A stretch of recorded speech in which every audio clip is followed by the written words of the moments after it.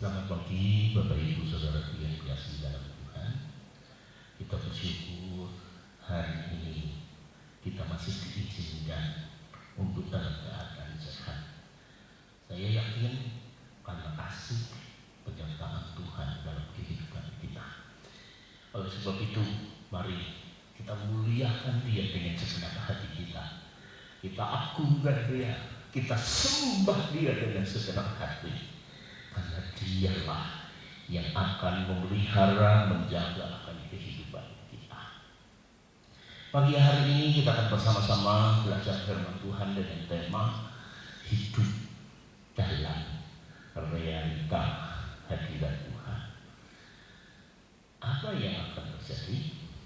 Saudara yang dikasihi di dalam Tuhan, sebagai orang percaya, setelah mengerti, memahami tentang pengorbanan Tuhan, dan kemudian Yesus yang mati kemudian bangkit pada hari yang ketiga, selama 40 hari 40 malam membuktikan bahwa kematian itu sudah dikalahkannya, dan kemudian pada hari yang ke-40 dia naik ke sorga pada waktu siang karena ada awan, bukan pada waktu malam. Dan ketika dia naik, dia kemudian duduk di sebelah kanan Allah Bapa. Kita sudah sama-sama mempelajarinya. Dan kemudian pada hari Pentakosta, maka Allah Roh Kudus dikirimkan oleh Bapa dan Yesus untuk datang menyertai kita. Dengan tujuan apa? Dengan tujuan kita dapat bergaul karib, bersekutu, dan hidup bersama dengan Dia, Immanuel, saudara. Agar Dialah yang memimpin kehidupan kita. Kita sudah belajar di dalam kitab Efesus pasal 6. Hendaklah kamu kuat di dalam Tuhan, di dalam kuasa-Nya. Kenapa? Karena musuh kita itu bukan darah dan daging, tetapi roh-roh di udara. Jadi bila kita memahami hal ini, maka tanpa adanya realita hadirat Tuhan dalam kehidupan kita, kita akan dengan mudahnya diganggu dan dipengaruhi oleh roh-roh dunia ini, agar mengalami berbagai permasalahan atau kekacauan hidup. Manifestasi dari hari-hari yang jahat, masa-masa yang sukar, dan gencarnya anak panah.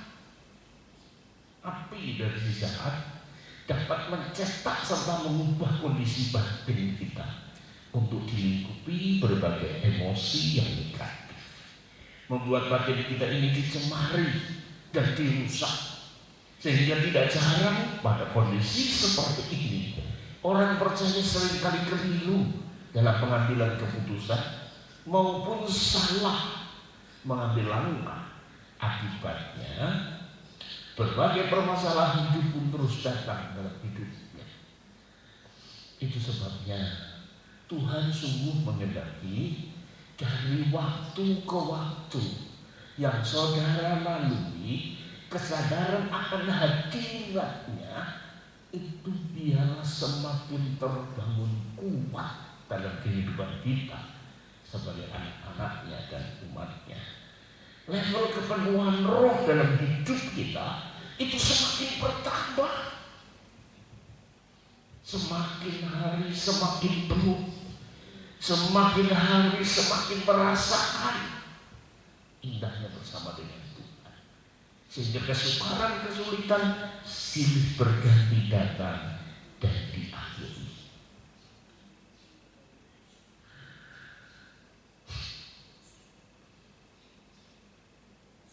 Kita harus terus-menerus menyediakan waktu untuk mengejar realita hadirat-Nya.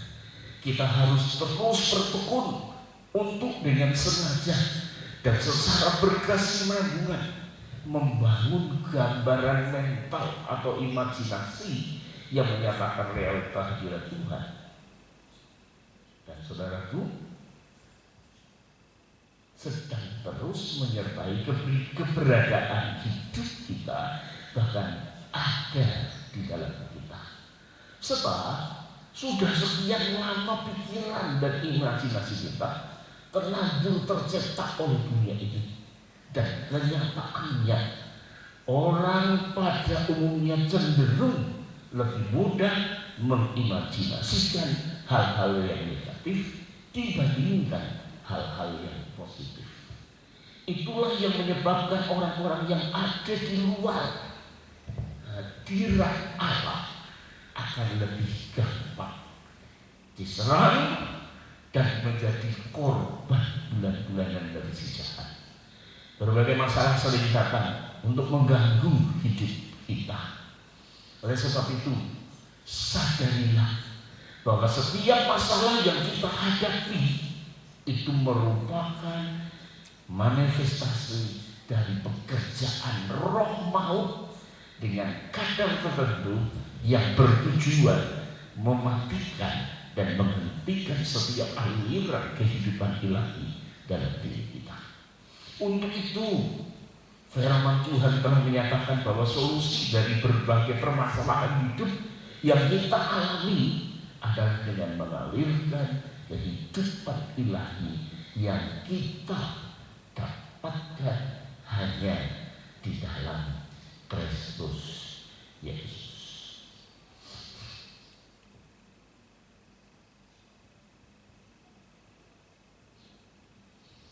Hidup dalam realita hadirat Tuhan adalah hidup yang mengalirkan kehidupan ilahi, yaitu hidup dipenuhi dan dipimpin oleh Roh Kudus.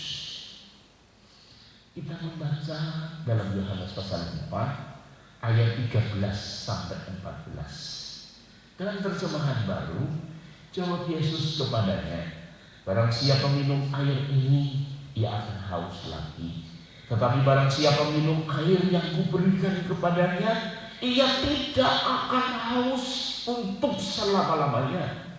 Sebaliknya, air yang kuberikan kepadanya akan menjadi mata air di dalam dirinya yang terus-menerus memancar sampai kepada hidup yang kekal. Jadi perlu diperhatikan di sini, air yang Tuhan berikan berubah menjadi mata air. Karena mata air, maka dia terus-menerus mengalirkan air. Dan ini karena Yesus, maka mata airnya adalah mata air kehidupan. Dalam firman Allah yang hidup, tetapi air yang kuberikan kepada mereka, katanya, menjadi mata air yang terus-menerus memancar di dalam mereka dan mengairi mereka dengan hidup kekal untuk selama-lamanya. Jadi bukan untuk sekarang saja, bukan untuk besok saja, bukan untuk masa lalu.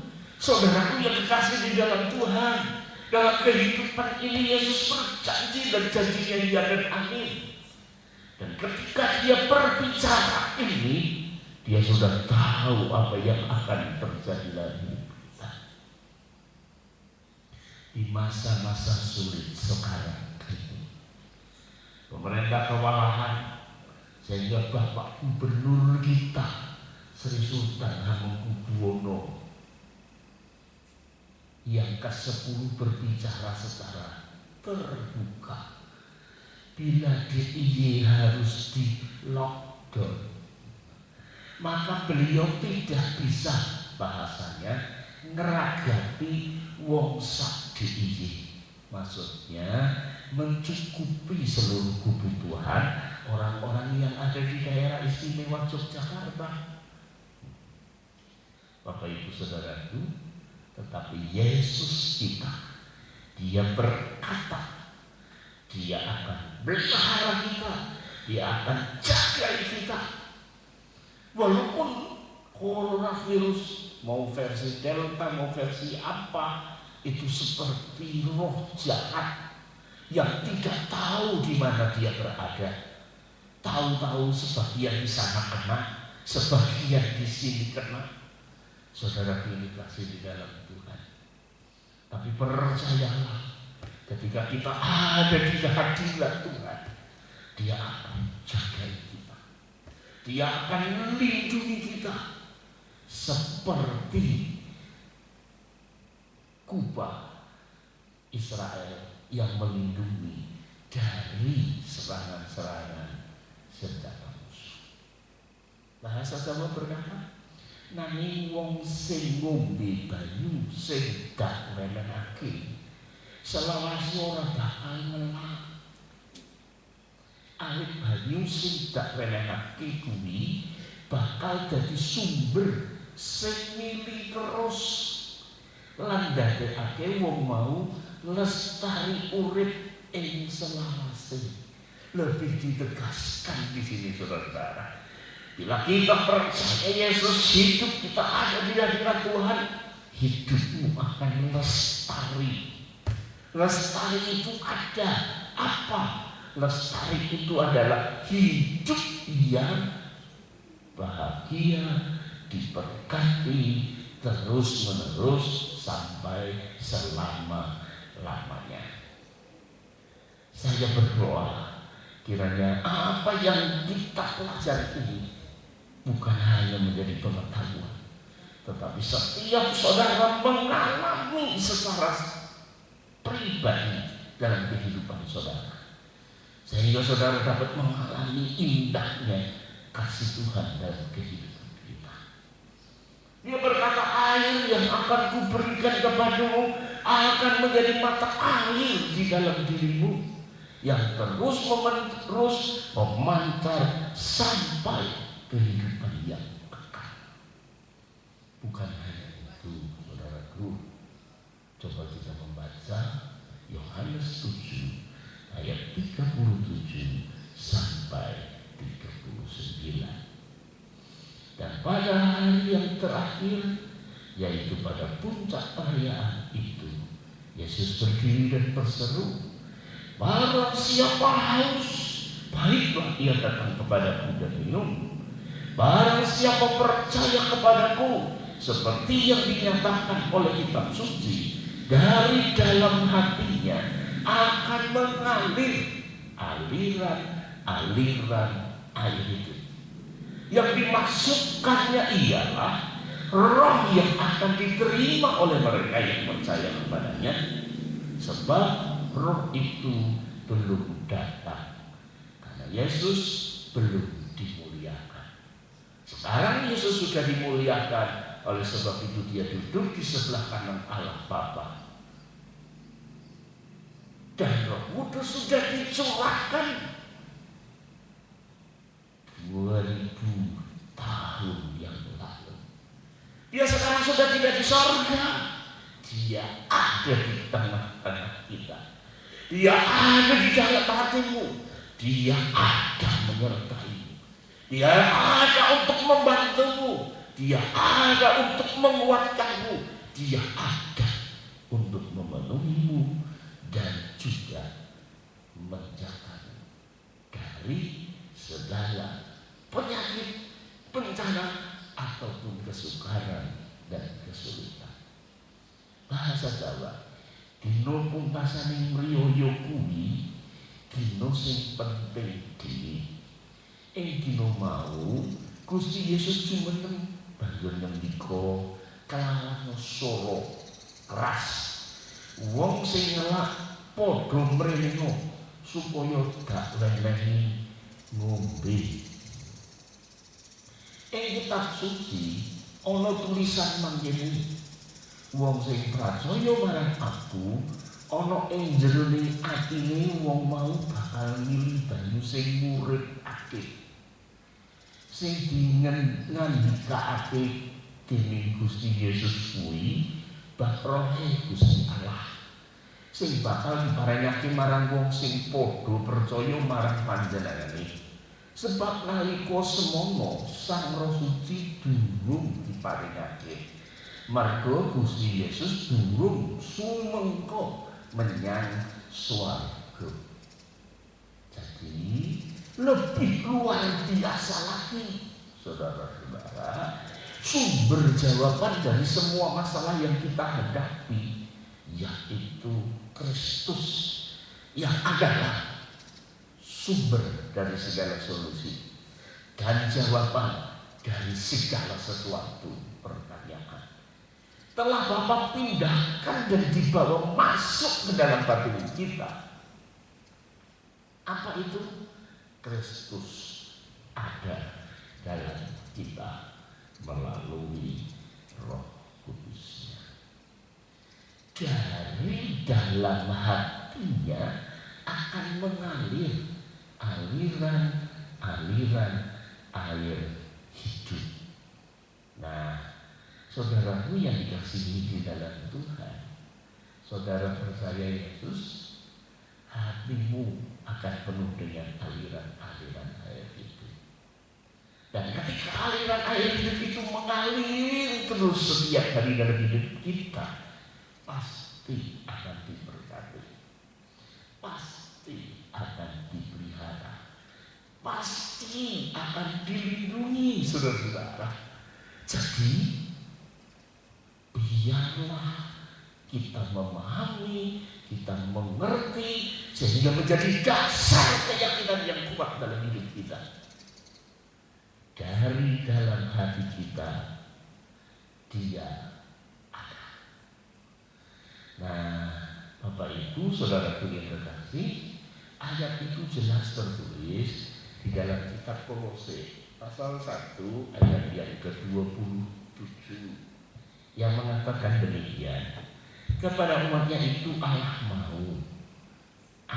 mau menyatakan betapa baiknya dan agungnya rahasianya itu untuk seluruh umat manusia. Rahasia apa itu? Rahasia itu ialah Kristus ada dalam dirimu. Kristus ada dalam dirimu. Yang berarti kalian akan turut menikmati kebesaran Allah.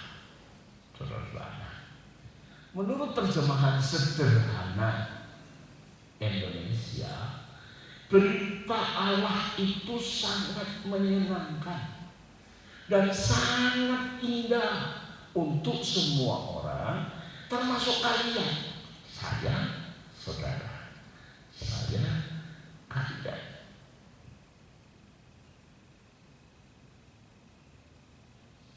Yang bukan orang Yahudi. Di sini ada yang keturunan Yahudi? Saya yakin juga ada. Di Indonesia ada memang beberapa orang yang keturunan dari Yahudi.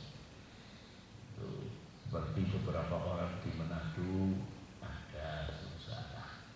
Tapi tidak semua, saudara yang kasih.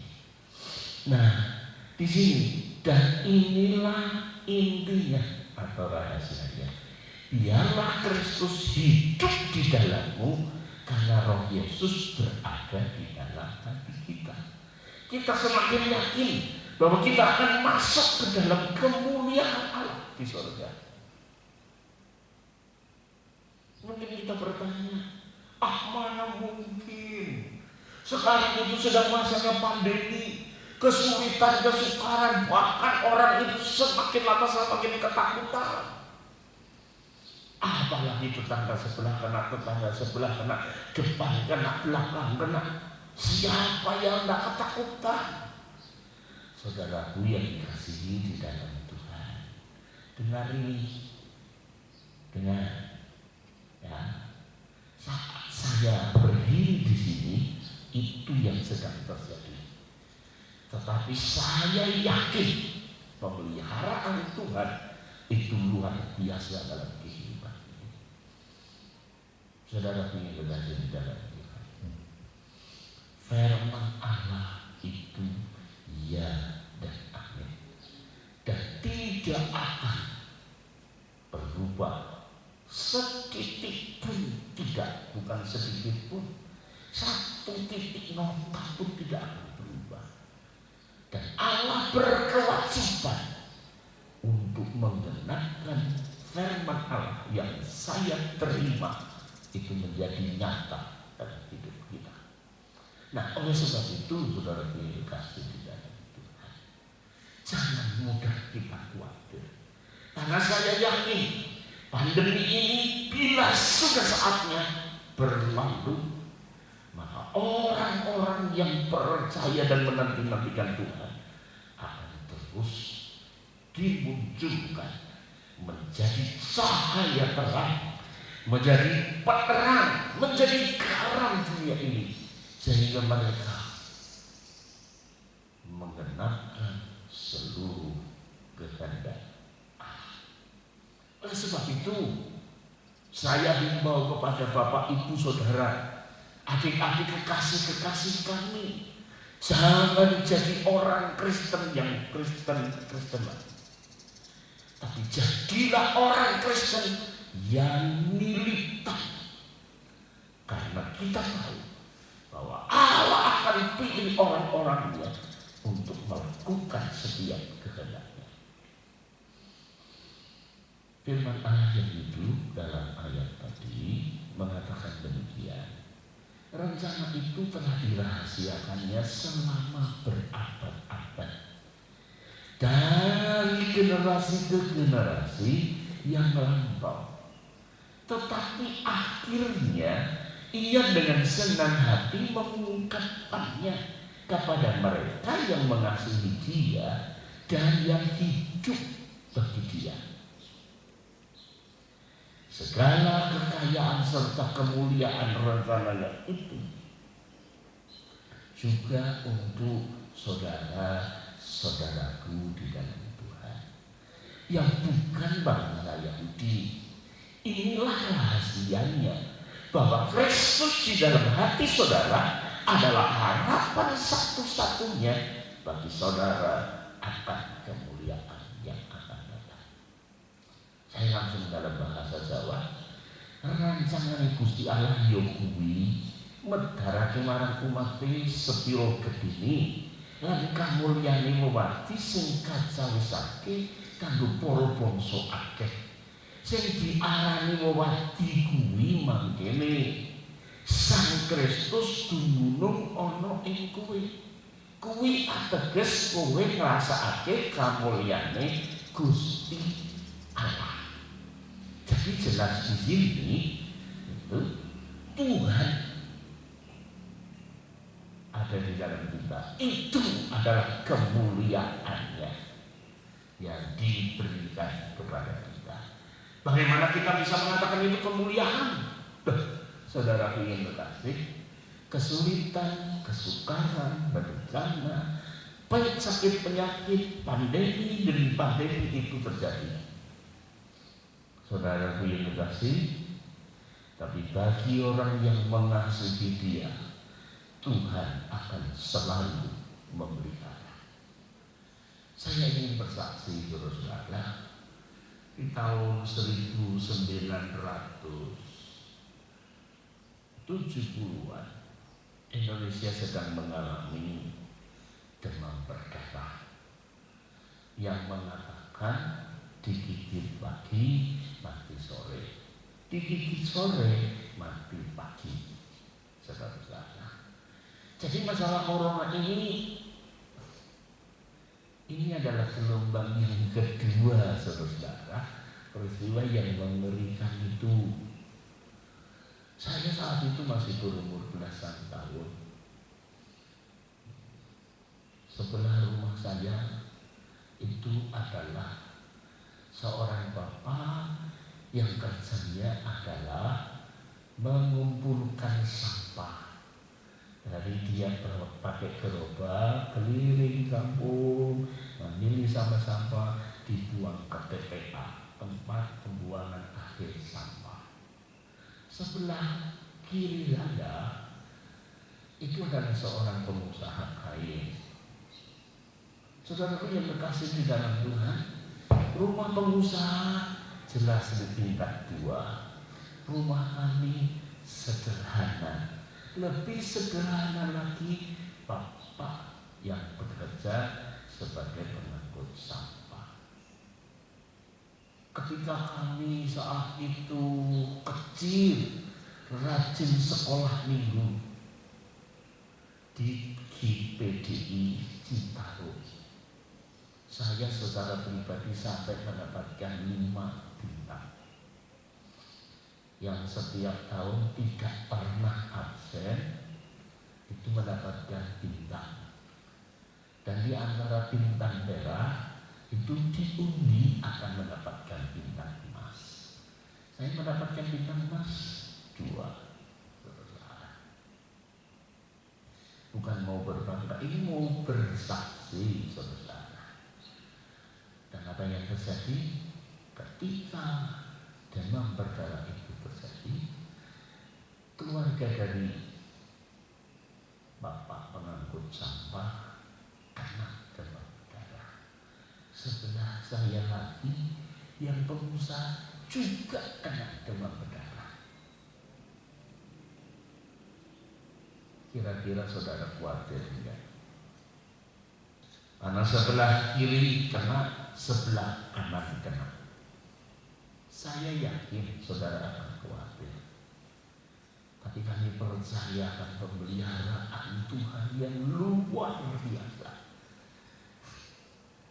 Kami tidak pernah demam berdarah.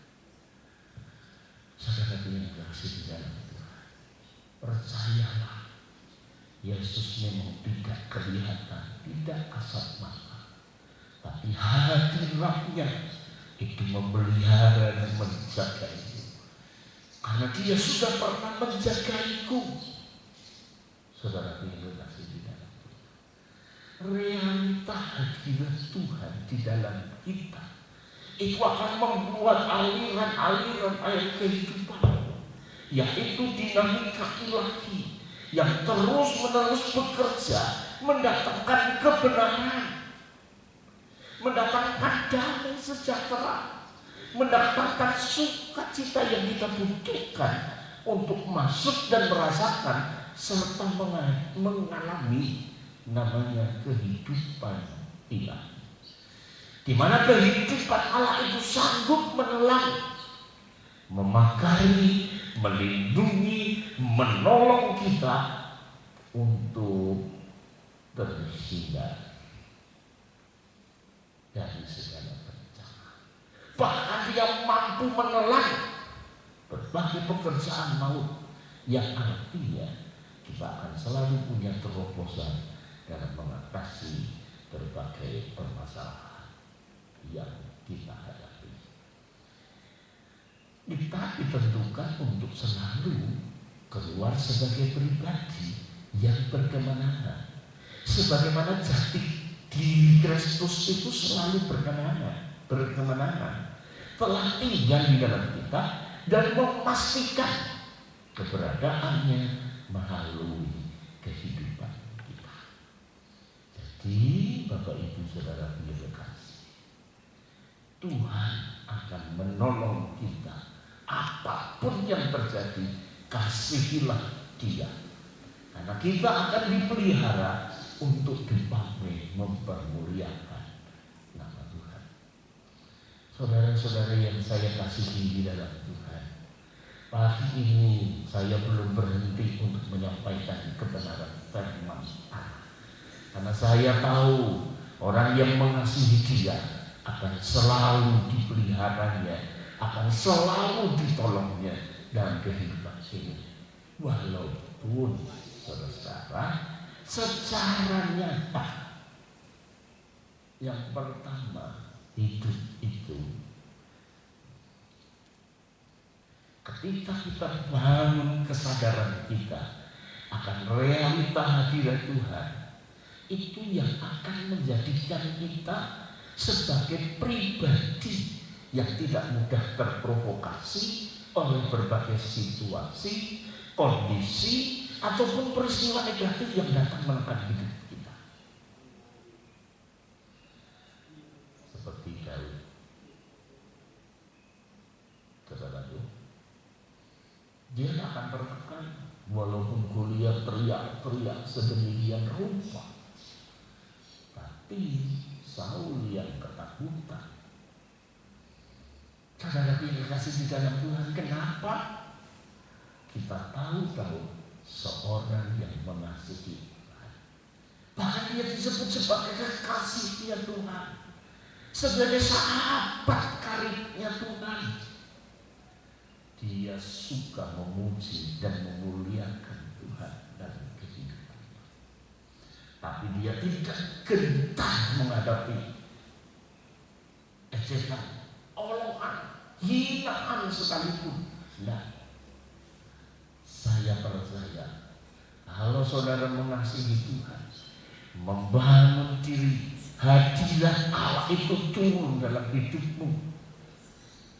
Mungkin pandemi sedang minta saudara, tetapi kuasa Tuhan itu tidak ada yang menandingi.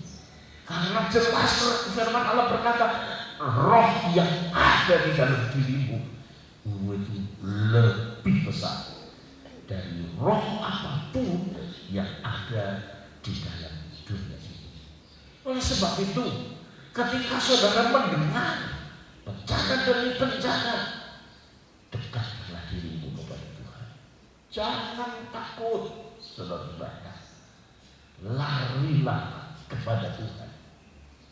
Dialah yang akan membuat hidupmu sukacita, damai sejahtera, hidup dan kebenaran. Yang kedua, saudaraku, kesadaran akan realita hadirat Tuhan menjadikan kita sebagai pribadi yang tetap tenang dan penuh kepercayaan diri. Untuk saat-saat ini saya mendengar banyak pengusaha-pengusaha yang gulung tikar, cukup menyedihkan. Mereka ada sebagian yang kemudian jadi gila karena tidak bisa menerima keadaan yang seperti ini. Ada juga yang bunuh diri terus sana. Sungguh memprihatinkan. Kenapa? Karena sistem dunia yang mereka ikuti itu telah membuat mereka putus asa. Kenapa bisa begitu? Karena mereka terbiasa hidup itu berdasarkan apa yang mereka miliki. Tapi bagi kita orang yang percaya kepada Tuhan, hidup itu adalah berdasarkan anugerah Tuhan. Karena engkau adalah anaknya, tidak mungkin dia biarkan kita menjadi kelaparan. Tidak mungkin kita dijadikan Allah, dibiarkan Allah supaya kita menjadi sengsara. Bahkan tergeletak pun Tuhan akan bangunkan, saudara-saudara. Jadi jadilah pribadi yang tetap tenang, penuh kepercayaan. Allah kita bukan Allah sembarangan. Saudara yang tidak. Ada hal yang menarik ketika kita menuliskan perkataan penuh percaya diri yang diucapkan oleh Daud. Bukan saja terdengar oleh orang-orang yang berinteraksi dengan Daud pada waktu itu, tapi juga terdengar hingga ke telinga Saul. Dan ketika Daud bertemu dengan Saul, ia memperlihatkan bagaimana ketenangan hatinya yang muncul dan dia terlihat dari setiap perkataan Daud yang penuh dengan keyakinan atau percaya dirinya, di mana menceritakan kepada Saul dengan roh yang menyala-nyala bagaimanakah pengalaman pribadinya bersama dengan realita hadirat Tuhan yang selalu menyertai hari-hari hidupnya. Keyakinan Daud adalah Tuhan sanggup membuat Goliat dikalahkan oleh realita hadirat Tuhan yang menyertai hidup Daud, yang Daud selalu alami dari hari ke hari. Dengan adanya kesadaran realita hadirat Tuhan dalam diri kita, Tuhan bukan saja menjadikan kita sebagai pribadi yang tidak mudah terprovokasi, tapi juga kita akan menjadi pribadi yang selalu tetap tenang. Dan pada saat yang bersamaan muncul namanya kepercayaan diri yang kokoh. Karena kita tahu Tuhan yang Maha Kuasa dan berdaulat atas segala sesuatu itu telah tinggal diam di dalam kita dan menyertai kita. Roma 8 jelas ayat 31, bila Dia bersama dengan kita, siapakah lawan kita? Kesukaran, kesulitan, tidak, sakit, penyakit, tidak. Saudara-saudara,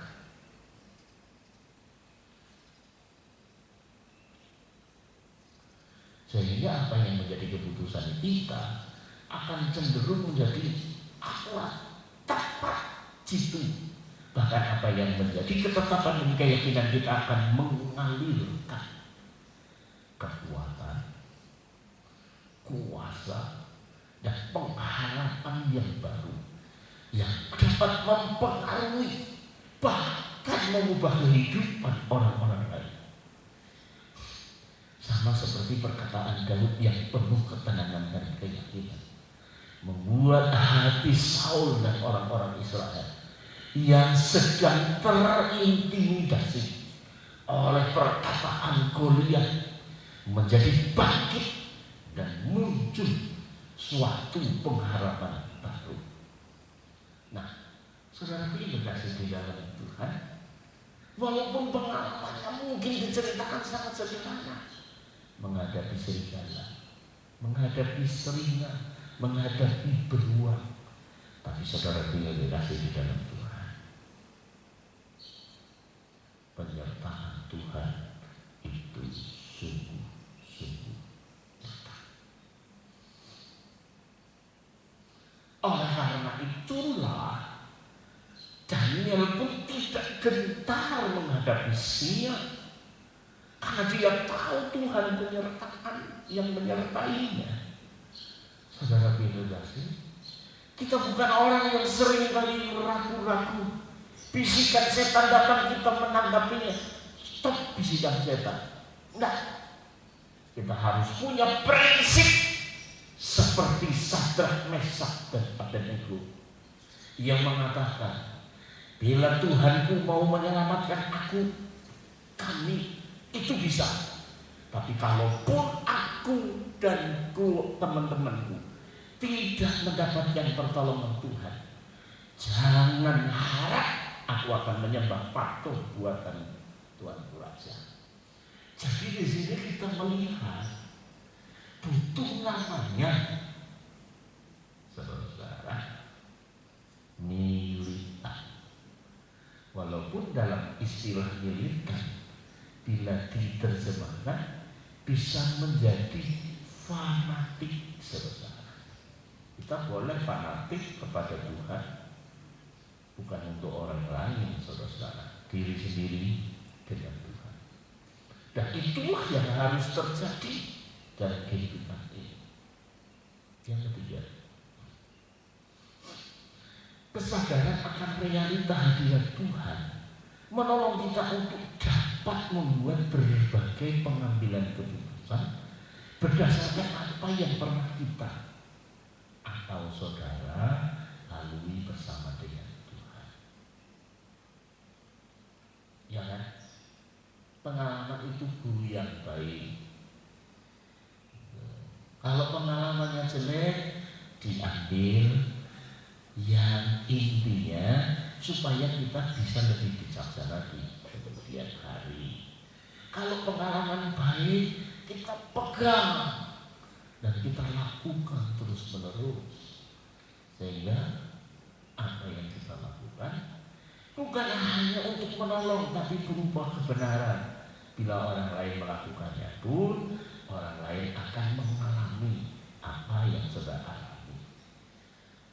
Dalam 1 Yohanes 2 ayat 27, bahasa Indonesia berkata, tetapi mengenai kalian sendiri, Kristus telah mencurahkan rohnya padamu. Dan selama rohnya ada padamu, tidak perlu ada orang lain mengajar kalian. Sebab rohnya mengajar kalian tentang segala sesuatu. Dan apa yang diajarkannya itu benar, bukan dusta. Sebab itu hendaklah kalian taat kepada apa yang diajarkan roh itu, dan hendaklah kalian tetap hidup bersatu dengan Kristus. Bahasa Indonesia sehari-hari jelas, tapi saya ingin tambahkan dalam terjemahan sederhana Indonesia. Tetapi kita sudah menerima pengurapan roh Allah yang selalu ada di dalam diri kita. Jadi ini selalu ada. Saudara-saudara, saya garis bawahi yang selalu ada di dalam diri kita. Jadi kita tidak perlu lagi mendengarkan guru siapapun yang mengajarkan kita di luar ajaran roh Allah. Karena dia bukan, karena rohnya itu selalu mengajarkan semua yang kita perlukan, dan ajarannya itu selalu benar. Karena dia bukan pembohong. Jadi sesuai dengan apa yang sudah diajarkan oleh rohnya kepada kita, tetaplah tenang dan bersatu dengan Kristus. Saudara yang dikasihi di dalam Tuhan, tidak semua saran yang baik merupakan saran yang ilahi. Seperti kisah Saul yang memberikan saran kepada Daud untuk mempergunakan baju perang Saul dalam 1 Samuel 17, 38 dan 39. Tetapi Daud memiliki cara yang berbeda untuk berperang, sebagaimana pengalaman pribadinya bersama dengan Tuhan yang selalu melepaskan Daud dari cakar singa dan beruang. Mazmur 18 ayat 30-34 dalam terjemahan bahasa Indonesia, adapun Allah jalannya sempurna, janji Tuhan adalah murni, dia menjadi perisai bagi semua orang yang berlindung padanya. Sebab siapakah Allah selain dari Tuhan, dan siapakah gunung batu kecuali Allah kita? Allah, dialah yang mengikat pinggangku dengan keperkasaan dan membuat jalanku rata, yang membuat kakiku seperti kaki Musa, membuat aku berdiri di bukit, yang mengajar tanganku berperang sehingga lenganku dapat melenturkan busur tembaga. Kesadaran akan realita hadirat Tuhan dalam diri kita akan menjadikan kita sebagai manusia yang siap untuk perang, atau menjadi prajurit Allah yang perkasa untuk berperang dan menaklukkan setiap goliat-goliat dalam aspek kehidupan kita. Masalah, kesulitan, sakit, penyakit, dia sanggup menolong kita. Dan ketika kita ada di dalam hadiratnya, dia pakai kita untuk mengatasi semua itu. Yang keempat, Bapak Ibu Saudara, kita akan sampai ke perkara yang kelima. Kesadaran akan realita hadirat Tuhan berfungsi menjadi baju jirah keadilan, perisai iman sekaligus ketopong keselamatan, sehingga mengkondisikan diri kita menjadi tahan dari berbagai intimidasi, tekanan, pengaruh jahat, tipu daya dari musuh. 1 Samuel 17 41-48, orang Filistin itu kian dekat menghampiri Daud, dan di depannya orang yang membawa perisainya. Ketika orang Filistin itu menunjukkan pedangnya ke arah Daud serta melihat dia, dihinanya Daud itu karena ia masih muda, kemerah-merahan dan elok parasnya. Orang Filistin itu berkata kepada Daud, anjinglah aku, maka engkau mendatangi aku dengan tongkat. Lalu demi para allahnya orang Filistin itu mengutuki Daud. Pula orang Filistin itu berkata kepada Daud, bukan hanya Goliat, orang Filistin yang lain, hadapilah aku, maka aku akan memberikan dagingmu kepada burung-burung di udara. Dan mengutuki Daud. Pula orang Filistin berkata kepada Daud, hadapilah aku, maka aku memberikan dagingmu kepada burung-burung di udara dan kepada binatang-binatang di padang. Tetapi, saudara-saudara, Daud berkata kepada orang Filistin itu, engkau mendatangi aku dengan pedang dan tombak dan mati. Tetapi aku mendatangi engkau dengan nama Tuhan semesta alam, Allah segala barisan Israel yang kau tantang itu. Hari ini juga Tuhan akan menyerahkan engkau ke dalam tanganku, dan aku akan mengalahkan engkau dan memenggal kepalamu dari tubuhmu. Hari ini juga aku akan memberikan mayatmu dan mayat tentara orang Filistin kepada burung-burung di udara dan kepada binatang-binatang liar, supaya seluruh bumi tahu bahwa Israel mempunyai Allah, dan supaya segenap jemaah itu tahu bahwa Tuhan menyelamatkan bukan dengan pedang dan bukan dengan lebih, sebab di tangan Tuhanlah pertempuran, dan Ia menyerahkan kamu ke dalam tangan kami. Ketika orang Filistin itu bergerak maju menemui Daud, maka segeralah Daud berlari ke barisan musuh untuk menemui orang Filistin itu. Maksudnya dekat dengan Goliat.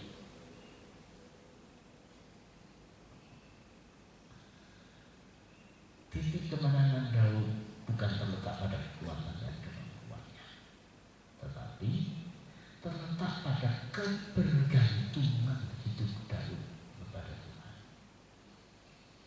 Oleh karena kesadaran Daud akan realita hadirat Tuhan yang betul-betul kuat terbangun dalam dirinya, kesadaran akan realita hadirat Tuhan inilah yang menjadi perlengkapan dan senjata perangnya Daud, yang membuat Daud tidak dapat diintimidasi oleh kata-kata Goliat ataupun pasukan Filistin. Perkataan Daud yang mengatakan bahwa hari ini juga Tuhan akan menyerahkan engkau ke dalam tanganku adalah pedang roh yang merupakan prinsip deklarasi firman.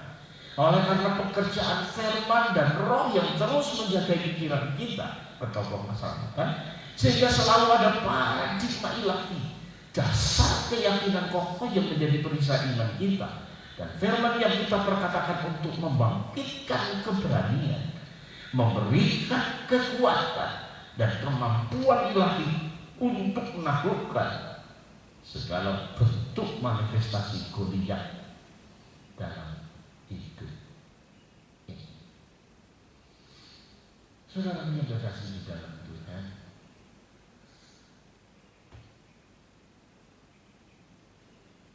Dia adalah Allah yang berfirman dan selalu menggenapi. Dia menyertai setiap umatnya, Dia menyertai setiap kekasih-kekasihnya. Menghadapi apapun juga, Dia pasti memberikan kemenangan.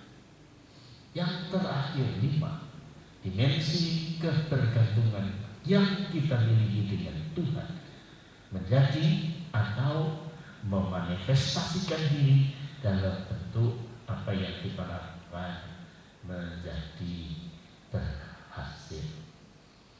1 Samuel 17:45-50 terjemahan baru.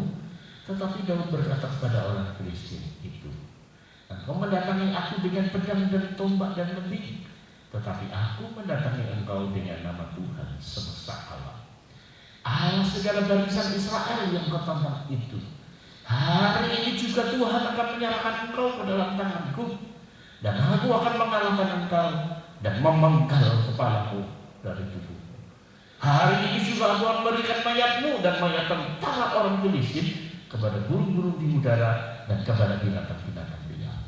Seluruh bumi tahu bahwa Israel mempunyai Allah yang hidup, dan supaya segenap jemaah ini tahu bahwa Tuhan menyelamatkan bukan dengan pedang dan bukan dengan lendir, sebab di tangan Tuhanlah pertempuran, dan Ia pun menyerahkan kamu ke dalam tangan Daud. Ketika orang Filistin itu bergerak maju dan menemui Daud, maka segeralah Daud berlari ke barisan musuh untuk menemui orang Filistin Goliat itu. Lalu Daud memasukkan tangannya ke dalam kantongnya, diambilnya sebuah batu dari dalamnya, diumbarnya, maka kenalah dari orang Filistin itu, sehingga batu itu terbenam ke dalam dahinya dan terjerumuslah ia dengan mukanya ke tanah. Demikianlah Daud mengalahkan orang Filistin itu dengan umban dan batu.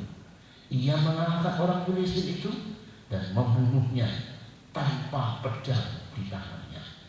Jadi ini pakai pelinten kata orang Jawa, kata bahasa Indonesia pengali-ngali atau ketapel. Kalau ketapel itu yang ada cawan, tapi kalau pengali-ngali hanya 2 utas tali, di tengahnya ada penahan, ya. Saudara yang kasih, dan kemudian di sini dikatakan, Daud kan perang tanpa bawa pedang. Lah kenapa kok Goliat itu dipenggal? Daud mengalahkan orang Filistin itu dengan umban dan batu. Jatuh baru orang Filistin, ia mengalahkan Filistin itu dan membunuhnya tanpa pedang di tangannya. Maksudnya yang membunuh Goliat memang Daud, tapi yang memenggalnya itu bukan pakai pedangnya Daud, tapi pedangnya orang Filistin. Bapak Ibu Saudara yang dikasihi di dalam Tuhan, kesadaran akan realita hadirat Tuhan dalam diri Daud yang ia tunjukkan lewat keyakinan dan perkataannya serta tindakannya membuat apa yang Daud lakukan, meskipun tindakannya terlihat sederhana, tapi hasilnya yang luar biasa. Hasilnya, dampaknya sangat besar dan ilahi. Memang doa nampaknya untuk apa sih? Bagi saudara yang kasih, bila Tuhan menjawabnya, mendengarnya, itu bisa mengubahkan kota. Tidak hanya 1-2 orang bisa mengubahkan kota. Dan dia yang berdoa di sini bisa menjangkau sampai ke luar negeri. Saudara yang dikasih dalam Tuhan, jangan ringankan firman Tuhan. Jangan anggap remeh firman Tuhan. Demikian pula yang akan Tuhan lakukan dalam hidup kita. Ketika kesadaran realita hadiratnya semakin terus bertumbuh dan level kebergantungan kita akan realita hadiratnya semakin bertambah kuat, maka hal-hal sederhana sekalipun yang kita lakukan dalam hidup sehari-hari akan dibuat Tuhan menjadi hal yang luar biasa.